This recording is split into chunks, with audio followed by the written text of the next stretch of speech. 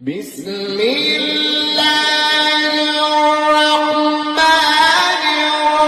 الرحيم والشمس وضحاها والقمر إذا تلاها والنهار إذا جلاها والليل إذا